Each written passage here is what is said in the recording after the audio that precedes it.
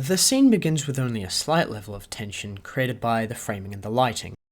Being the villain, Thorn is kept in the dark compared to Sisko, while Sisko is prominently featured under warmer and brighter light.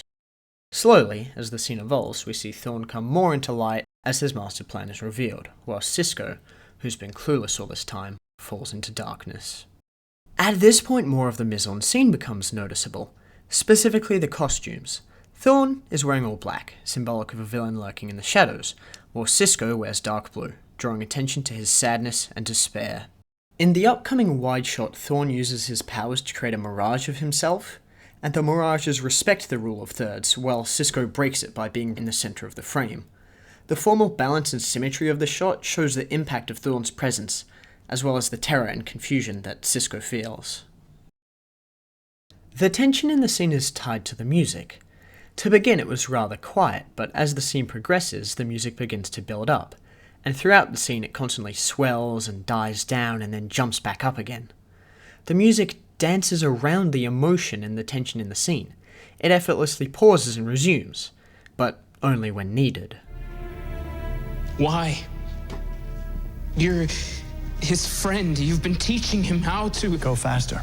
I know. The 180-degree rule breaks as Thorn cuts Sisko off, representing how Thorn is asserting his power and dominance.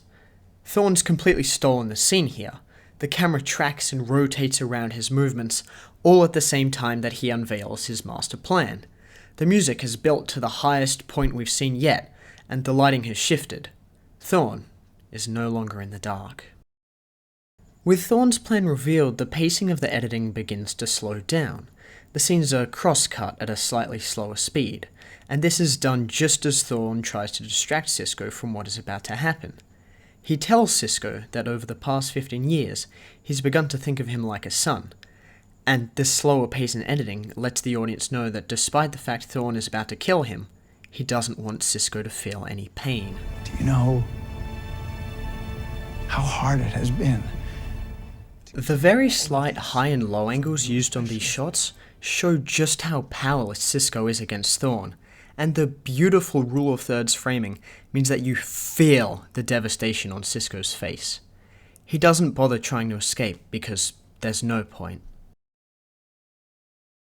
The horrible and unnatural sound effect caused by Thorn both physically and emotionally breaking Sisko's heart causes the tension to burst, and the music reaches its climax as Sisko's body falls to the floor. All we are left with is Thorn standing center frame in an extreme wide shot. As he walks towards the exit, the lighting returns back to how it started. Thorn is coated in darkness.